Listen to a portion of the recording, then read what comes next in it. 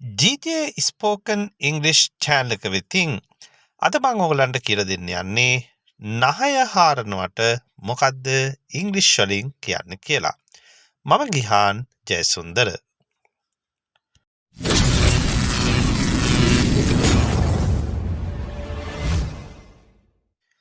මෙතනදී අපි යොදා ගන්න ක්‍රියාපදය වන්නේ pick කියන ක්‍රියාපදයයි. PICK. pick කියන ක්‍රියාපදයට විවිධ අර්ථ තියෙනවා.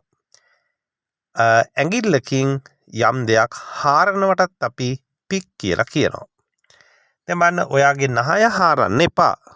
අපි කියන්නේ බතල හාරන්න එපා කියලා. එක එක පැතිවල ඉතින් එක එක වකිනවා වෙන්න පුළුවන් නේ. ඔයාගේ නහය හාරන්න එපානේ.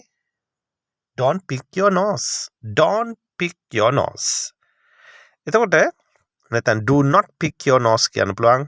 හාරන්න මෙපානේ නහය. සමහර බලන් ඉන්නකොට අපිට හිරිකිතයි වගේනේ. එහෙම කරනකොට ඒක අපි කියනවා නහය හාරන්න එපා. Don't pick your nose. Don't pick your nose.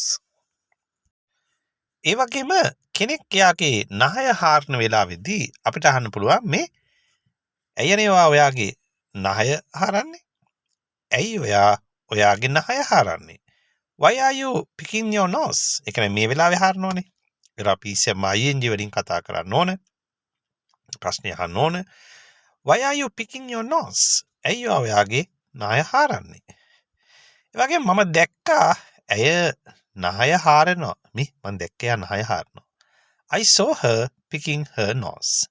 I saw her picking her nose. මම දැක්කා ඇය නහය හාරනවා.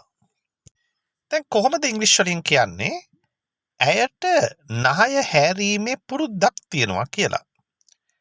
ඇයට නහය හැරීමේ පුරුද්දක් තියෙනවා. එක එක පුරුදු තියෙනවනේ සමහර අයට. එහෙනම් she has a habit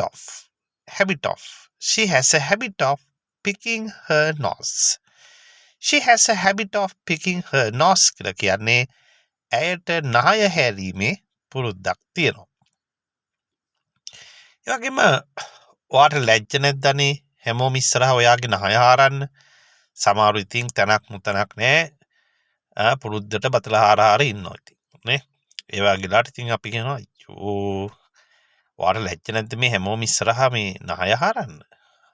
Aren't you ashamed to pick your nose in front of everyone? Aren't you ashamed to pick your nose in front of everyone? So aren't you ashamed කියලා කියන්නේ ඔයාට ලැජ්ජ නැද්ද? To pick your nose වගේ නහය හාරන්න in front of everyone. Everyone කියන්නේ හැමෝම ඉස්සරහා නැත්තම් හැමෝම ඉදිරිපිට. ඔයාට ලැජ්ජ නැද්ද හැමෝම ඉස්සරහා මේ නහය හාරන්න? Aren't you ashamed to pick your nose in front of everyone?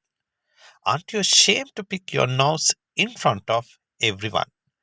ඔයාට ලැජ්ජ නැද්ද හැමෝම ඉස්සරහා මේ ඔයාගේ නහය හාරන්න? හරි. අද මම ඔයාලට කියලා දුන්නේ මේ නහය හාරනවට මොකද්ද ඉංග්‍රීසි වලින් කියන්නේ කියලා.